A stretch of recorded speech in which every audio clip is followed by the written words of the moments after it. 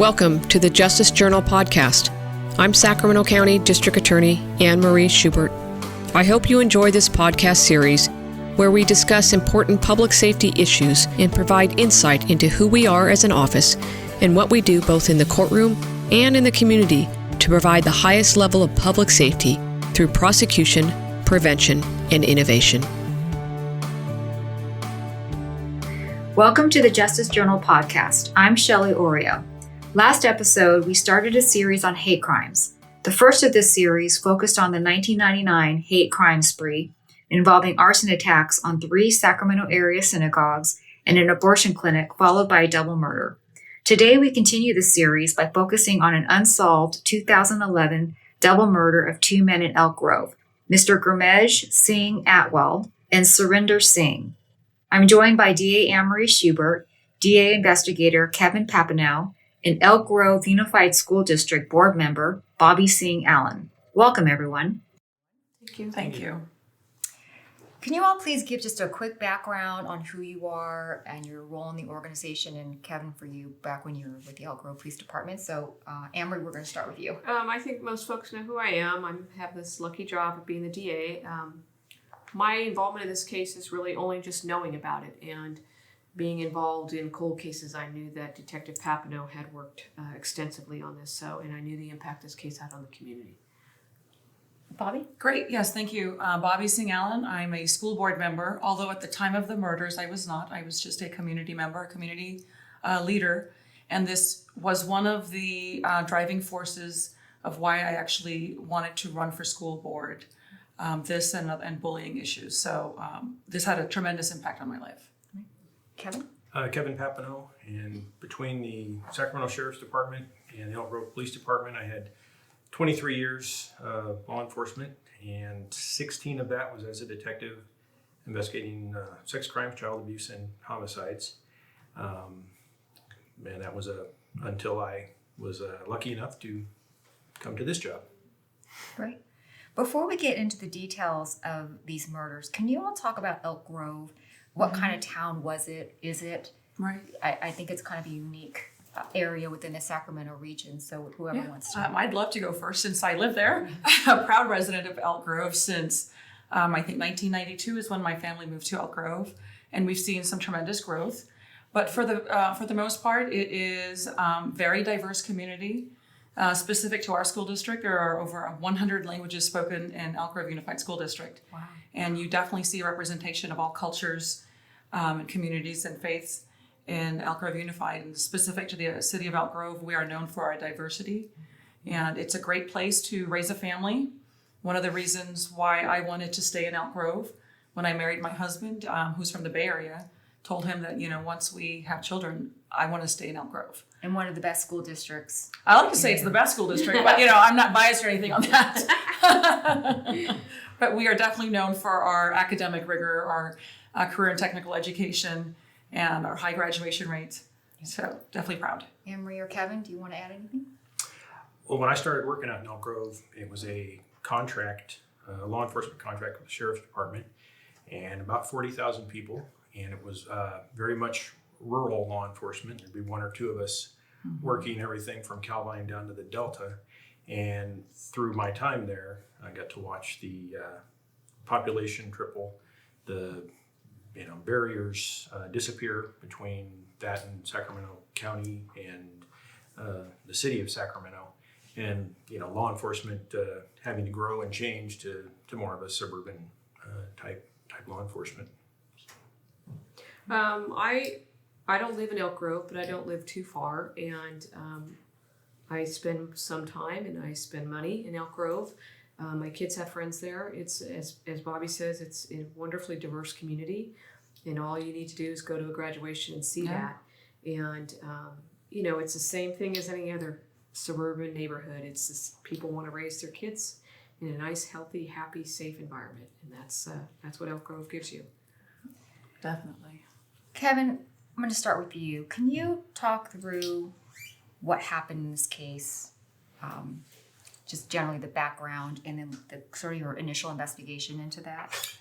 Yeah, sure. It started about 4:00 on Friday, March 4th. with one call I got that was we had 2 people down on the sidewalk, and witnesses at the scene believe they'd been shot. And getting out to the scene, we had Mr. Singh was deceased at the scene. Mr. Atwal was transported to the hospital, and we were able to come up quickly with a translator, and we got a very, very brief interview with him before he lost consciousness, and then he died a month later. And what seems unique about this is this happened 4 o'clock, like you said, during rush hour next to a freeway, and no real witnesses that saw that or that can help to give you some good leads. No, we didn't have any really. We had several people that heard it, and they were consistent in their descriptions of 2 distinct groups of shots being fired. And but it was, as you say, right against or on the frontage road next to a freeway, across from a busy park and ride lot. There were probably several hundred people within 100 yards of this, and we did not come up with anybody who actually saw it happen. So you mentioned the victims. Can you tell us a little bit more about them, and Bobbie, if you also want to contribute, if you know also who these gentlemen were?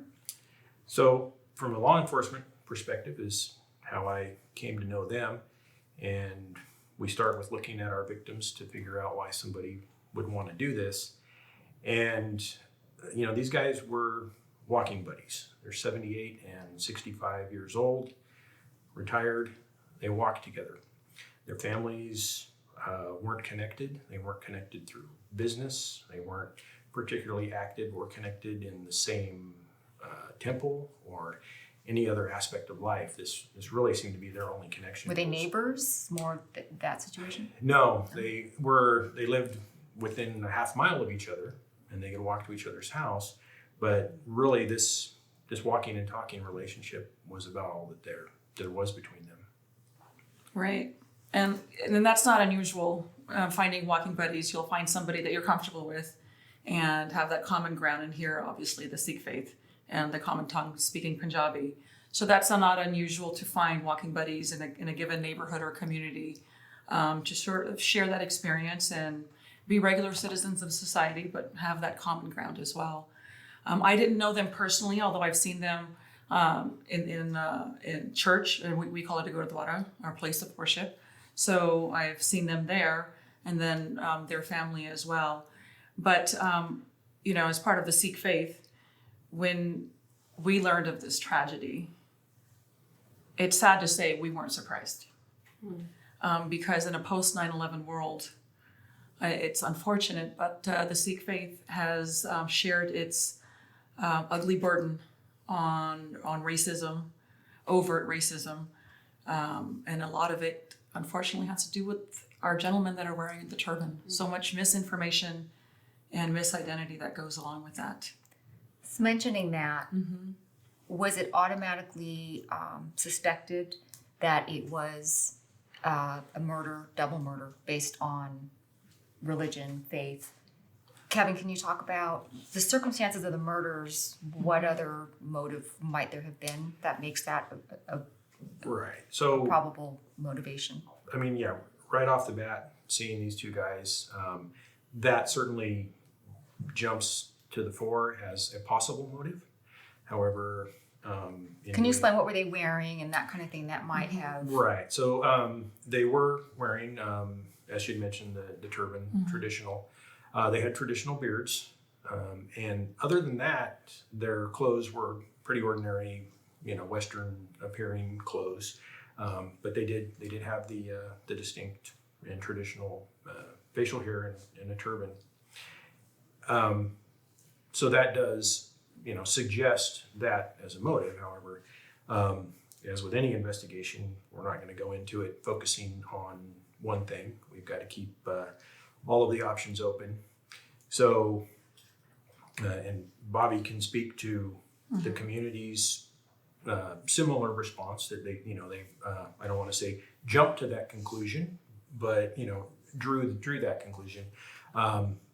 We stood back, and we obviously can't confirm it, until we find the person who did it to know their motive. But your investigation didn't reveal anybody else who had any other kind of motive from just looking into the victims. Right, and that's, jumping forward through thorough investigation of both victims, their families, their business dealings, everything else. As I mentioned before, they're not connected. So if somebody had a motive to kill one of them, they wouldn't necessarily transfer to the other. And through months, years, and lack of finding any other motive, in my mind, we kind of turned the corner where I think that we have to look at as the most likely motive. Right, because since we can't confirm it, we also can't deny it. Is the flip side of that. They weren't robbed of anything. Correct. So that adds one more detail. Just two peaceful elderly gentlemen, not much older than my father. My father wears a turban sometimes and wears traditional clothing. And he's been profiled so many times post 9/11. We used to own a restaurant downtown. A lot of people would come in and say just the most awful things. Terrorists go home, but it's also a teaching opportunity, and that's where I hold the Sikh community responsible for making sure that we are part of the dialogue and that outreach effort. We've been here over 100 years. That's shocking. If we've been here over 100 years, we should be much more integrated and assimilated into our greater community. But we still remain a mystery to so many. And that's one of the reasons I ran to be on the school board, is to break down those barriers and make sure that we actually have an opportunity to get to know our neighbors. And one of the first things I did when I became a school board member is create the Sikh Awareness and Appreciation Month in the month of November. And that's just one little nugget, an opportunity to teach our young who our neighbors are. So it's not just about the Sikh faith, it's about all cultures.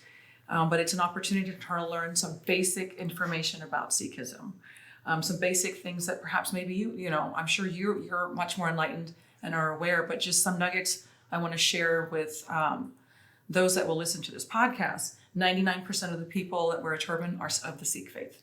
That's an important piece of information. Our basic tenets of our faith, we believe in selfless service. It's called seva. So you will see a number of Sikhs answering that call to service. It's not always public service, it's in many other aspects of giving back to the community, participating, actively being involved in helping others. We also believe in something called Chardi Kala, which is eternal optimism. So while in these moments of darkness, we still turn to the light for guidance. And we find that Chardi Kala, and one of the opportunities where I saw it the strongest was when we had those murders in Oak Creek. The Sikh community, there were several members of the Sikh community that were gunned down, but the family all forgave the shooter that day. And that goes to the heart of the Sikh faith, is seeing that eternal optimism and that forgiveness. And we close all of our prayers with something called Sarbat Tapala, which means peace and welfare to all. So we put back out into the universe peace and blessings to all. To all means those that we don't agree with, those of other faiths, other cultures, other religions. It is an important facet of who we are as the Sikhs, is to love and respect all. So this is taught at schools throughout the district. So we have our proclamation, and with the proclamation, we expect classrooms to incorporate pieces of information to teach that are appropriate for that age group. So in elementary school, it'll be a lot more, elementary for a lack of a better word. That's something more accessible to that younger age group. And as you get older, it's a little more sophisticated, a little more in depth of who the Sikhs are. But those basic nuggets of information are available for all of our teachers, all of our administrators to incorporate into the classroom. So when we have resolutions that are passed in the district, there is an expectation of incorporating teaching lessons and curriculum. And we provide resources as well to incorporate that into the classroom. That's just one little basic thing that I was able to bring, but I am the first Sikh elected woman in the greater Sacramento area. Wow. And so I took that as a responsibility that I have, not only because of what happened, which was a driving force, but I have an opportunity for that change is what I sought, is to have that teachable moment, those opportunities, because you don't grow up in an adult being someone who hates other cultures. It's either taught or you're ignorant. So if you have an opportunity to teach young kids and breaking down those barriers of learning about other cultures and religions, my hope is they grow up into more responsible, educated adults. That's fantastic. It really Thank is. you. You talked about the impact to the Sikh community. Can you all sort of talk about the impact to the community at large? Because from what I read, it really impacted more than just the Sikh community. It For had sure. a large impact. And then Anne Marie, your thoughts when you heard Well, about I mean, this? as I said, I was a deputy DA here, and this is, in most homicide cases, like Kevin mentioned, your first question is, why would someone do this? And in most homicides, it's, as we always say, you follow the money or you follow the women, because that's oftentimes how you're going to solve your crime, because it's usually about women or money, greed or money or women. And this has none of that. And so then you're left with that question, and then you're just like, oh my God, somebody would do this in our society, in such a diverse culture. And unfortunately, the reality is that there is, like Bobbie says, there's just, people sometimes breed hatred and racism, and it's outrageous and it's shocking. And I mean, even with when we did the podcast of the 1999 ones, we've come so far as a community, but then you look back and you're like, then you have an event and you're like, have we really come that far? Yeah. And we have come far, but unfortunately, it only takes one person to have that hatred within inside of them. And but it has this kind of stuff. It doesn't just affect the Sikh community, because it's just like, you mean to tell me I can't just go out and take a walk, Right. and maybe because the color of my skin or what I look like or my hair color or this tattoo or I might be gay or this or what transgender, whatever we are, and someone might pick you out or pick you off because of that. And so it puts this fear That's right. in the community that just two grandfathers trying to take a walk are targeted, as Kevin says, probably most likely because of the way they looked. And that should not happen. I mean, I know that young Sikhs were fearful, those that have the little turbans. But it's also, my Muslim brothers and sisters also live in fear when these things happen. Unfortunately, in a post 9/11 world, a lot of people have misinformation even on the Muslim faith. But Sikhs, because of our overt appearance, become that sort of identity point. So I hate to use the word misidentity, because you shouldn't be targeting our Muslim brothers and sisters either. This is about our shared humanity. But we deal, anytime in the news there is an act of terror anywhere in the world, Sikhs are on high alert.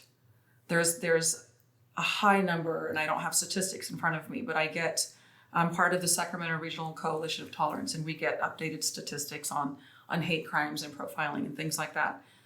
Sikhs are on high alert when there's ever acts of terror happening internationally, because we need to be vigilant and make sure that we are paying attention to our surroundings. But we don't live in fear. Sikhs are known to be warriors. We stand up for the rights of others. And so while in those dark times, you are fearful as any human being would be, but it's also a reminder of who we are as a faith. And it's a recommitment and a reaffirmation. And so we will see those opportunities to reach out and to be strong and to be bold and to be brave, because that's really part of the DNA as well. How did you and Kevin also see the Elk Grove community react? What was their reaction to you, the Sikh community? It was beautiful. I have to say, we had a beautiful vigil days after this horrific event. Thousands and thousands of people. I mean, we had people step up from different organizations to offer reward money, which is almost $60,000. I don't want to let that go Still on. to this day. And it might be more, but I remember it being about that $60,000 mark. But you had different people step up and make that pledge as well, because they felt that this is community, and community is breaking down those walls and those barriers. This is somebody in our own backyard, a grandfather, anybody's grandfather. And that's tragic. And so I was so proud of our community rallying together, not only to come to the vigil, but stepping up to be part of the reward as well. Yeah, right off the bat, for me, it highlighted a lack of understanding that in trying to deal with the families, especially the older ones, that, they don't know us, they don't know the police, and, they don't trust us, and we have no idea really how to interact. And we got a crash course and then kind of saw the rest of the community, as you remember, a lot of the elected officials wearing turbans and stuff. Tragic, but it did serve as quite an impetus, and it highlighted for me that ahead of something like this, we need to have those bridges built and that trust and understanding. And I think, that definitely with the Sikh community has happened. And I think it's, also down in Elk Grove, especially translated into building those bridges with all the segments of the community that didn't exist. Yeah, I think in all of those, there were teachable moments and all that darkness. It actually brought the community together, which I'm very proud of, with the police department especially. Yeah, well, and look at just with this terrible tragedy of the officer being killed. Yeah. I mean, I think it has brought the community together, and when you see these streets lined with people supporting Yes. Through tragedy, you just realize that it's one of those moments where goodness comes out of horrible things. Absolutely. Kevin, you left the Elk Grove Police Department. It was still an unsolved case. So there were no suspects really ever when you were investigating this? Well, obviously none that panned out. We developed a lot of what I thought were really good theories. We received some tips and some leads, and we followed those out quite extensively. A lot of search warrants, a lot of interviews, a lot of work, and every one of them turned into a dead end. We proved that was somebody else who didn't do it. And as this investigation was going and going, and there were no suspects, there was no arrest, what was the feeling then in the Sikh community and even outside that as time was going on? Sure. I think, anytime there's an unsolved murder, there's a lot of anxiety because that person is still out there. And you can't help but wonder, is somebody else next? As that sort of human response. Was this somebody local, someone that lives in my backyard? And I think that's natural. But in terms of, closure, I think that's very important, not only for the families, but for the community. That this happened in 2011 is shocking, that we still don't have somebody. And we have a very large reward out there. And I am grateful that we do talk about the case, that it's not just sort of gone off into the distance and nobody talks about it. But I am grateful that we have an opportunity now, again, to bring that awareness back again. Because it's going to take that one person. It'll be a family member who maybe hears about somebody boasting about this. It'll be somebody who's just not quite sure that it's okay to now come forward. But it is okay. Not only do the families need closure, the community needs closure. Because at the end of the day, we want to see justice. We want to see justice for the families, for Mr. Singh and Mr. Atwal. We want to see justice for the community as well. Kevin, there was a 1-year anniversary sort of media thing to try to bring this back into the public mind and bring more attention to it. Can you talk a little bit about what was done at the 1-year anniversary or at 1-year mark of these murders? Yes. Yeah. So ahead of the 1 year out, we did arrange a press conference. I took every bit of information we had about this unique yet vague truck and put it together into somewhat of a composite. And so the truck is one thing that witnesses did see or thought they saw. And briefly, there were people working across the freeway, so they're across 8 lanes of busy traffic, but they heard shots and they looked over and they could see the top of the truck driving away south on East Stockton. And so that was from their description and one very, very poor distant surveillance image. That was what we knew of the truck. So I tried to put all that together and have something that we could put out to stir the conversation again. And it was covered by all of the traditional news sources, a lot.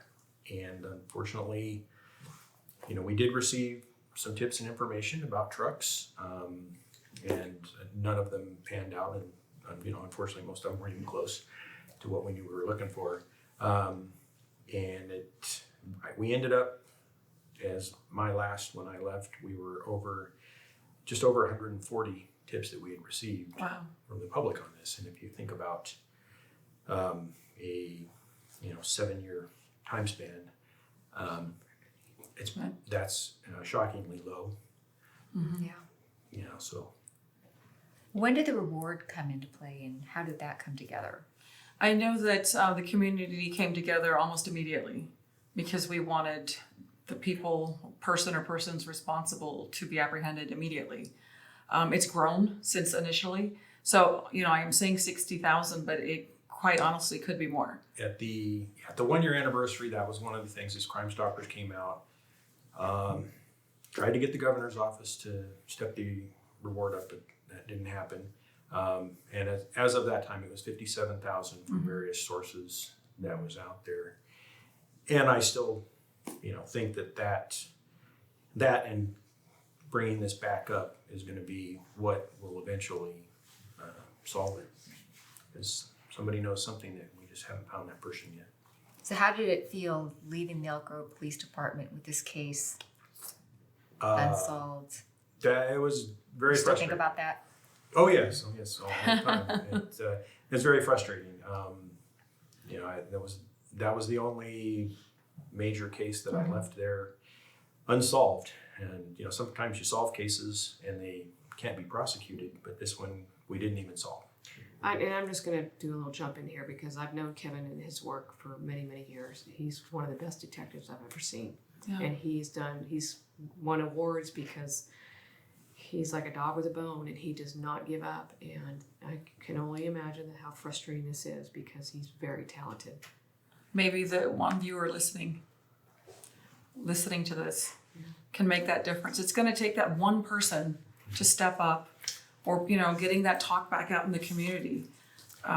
Maybe we need to approach the new governor That would probably be a good idea.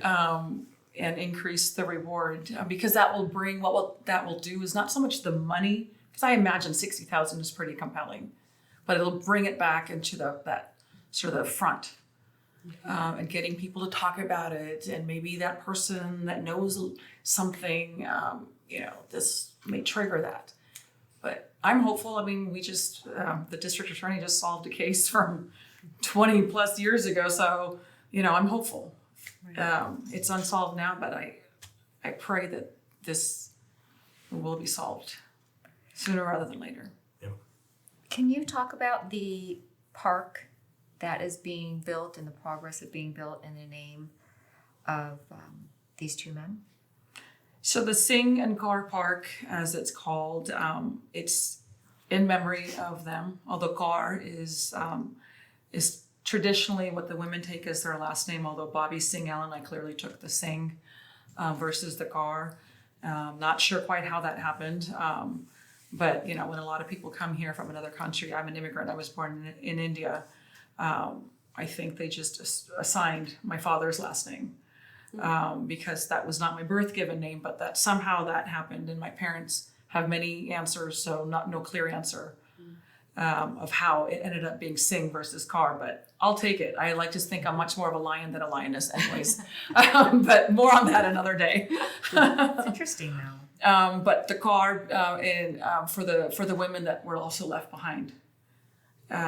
So it's, I'm looking forward to going there and sort of reflecting of how the community came together. Proud that the community supported the efforts, supported diversely across political spectrums, that this was the right thing to do. Wow. So the family, did you know the family members well? Obviously they had their grandfathers. Did you know the family well, and how are they? Do you know the family? How are I they? only met the family, not Mr. Singh and Mr. Atwal. I only met them a few times actually seeing them at our place of worship. But the family I met several times after the tragedy, and not only the vigils, but several efforts at press conferences, at events, at the various temples as well. So got to meet the son, daughter-in-law, grandchildren over the course of really that initial year. But every now and then I'll see one of the sons within the community. But it's not someone, their community is not somebody I knew very well. I didn't go to their house or anything like that. But unfortunately, it's the tragedy that brought the people together. It's not uncommon when, my primary place of worship is in West Sacramento. It's the first Gurdwara that I attended when we moved to the Sacramento area in Elk Grove. There's been several others built since then in closer to our community, but that's my primary area of worship. So I've only seen them and the family for specific events. So I didn't really get an opportunity to know them well, but it's like every other Sikh family, hardworking, made America their home. Sikh values are American values, hardworking, giving back. We have the same dreams for our children that anybody else has. So they're really not any different than anybody else. And we speak a different language, eat different food, worship differently, but truly we're really the same.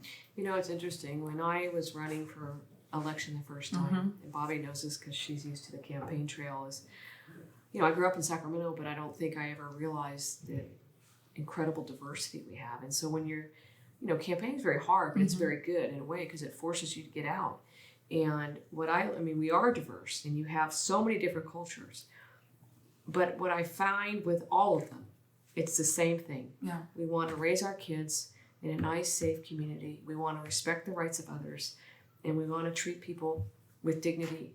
And it doesn't matter whether it's Sikhs or whether it's Muslims or whether it's the Asian community or the African American. We all have the same values. Right. It's just unfortunate that somebody had some kind of hatred and racism within them to label a group of individuals because of what they were wearing. Yeah. It's really unthinkable. It is unthinkable. But I still live in Elk Grove, and Elk Grove is still a great, safe, family-oriented community. For sure. We've had tragedies, and I like to think of them as more as anomalies. That's not the norm. It's not customary. That's not what we're used to. We're a tight-knit community. We look out for one another. Neighbors look out for one another when they see something, they say something. This is just one of those sad tragedies that we hope to solve soon. And this, it happened in Elk Grove, but to the county and the city of Sacramento too.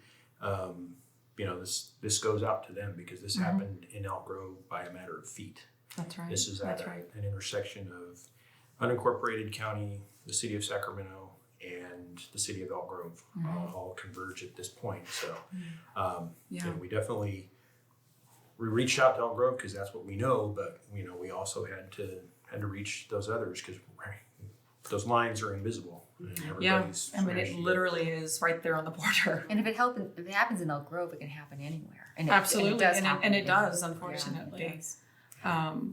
Well, the best outcome of this obviously is for justice for the family. Can I ask a question, Shelley, or maybe Kevin can answer? But if somebody is listening and somebody does want to provide some information, how would you recommend that? I believe the Elk Grove Police Department is still the main.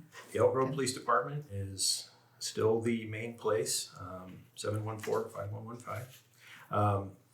And on that note, I would say to that person listening,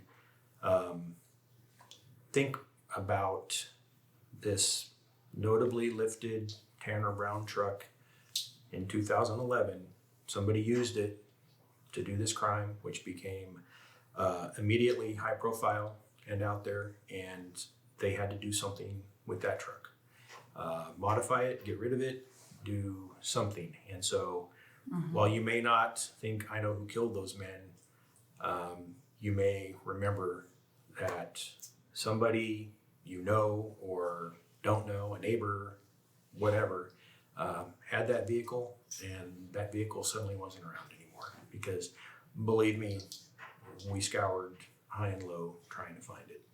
Do you think that truck is a key part in finding?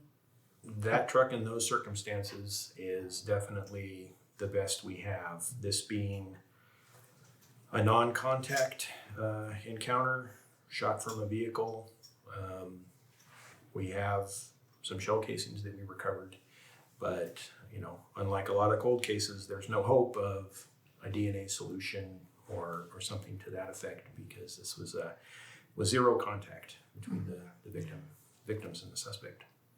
Well, let's hope that this podcast brings some more attention to it. Please do call the Elk Grove Police Department if you know anything. So any closing thoughts from anybody and that we haven't talked about, but I think we covered a lot of ground. I just want to thank you on behalf of the community for bringing awareness to this again, which I think is much needed because, again, it not only is it unsolved, but we really need to be talking about it a lot more. The more we talk about it, the more other people will talk about it. The more other people are talking about it, it will get back out into the community. So I'm hopeful and confident that one day justice will be served on whoever committed this heinous crime. Yeah. I'm hopeful that I'll get to finish it out from this side now. Wouldn't that be great, Kevin? For you Yes, to that able would be to beautiful. Do the follow-up investigation on from the DA side, and Anne Marie got to prosecute Find the the case. person and Yeah. make sure that we can prosecute him. But people just have to keep the faith. Sometimes, as I say, there's a needle in the haystack, but that needle's there somewhere. So But again, going back to that opportunity to teach. Anybody who wants more information on Sikhs, SikhCoalition.org, Sikhs.org, wonderful resources. Learn more about your neighbors. The more awareness we have on who our neighbors are, the better off we'll all be. Absolutely. Well, thank you, everybody. It was a Thank great you. discussion. You. Join us for our next episode where we conclude our series on hate crimes. We'll talk about what our community is doing about hate crimes today, from a hate crimes task force to community involvement. Thank you for listening, and I hope you enjoyed this episode. You can find all of the Justice Journal podcasts on our website at sacda.org, iTunes, Google Play, and YouTube.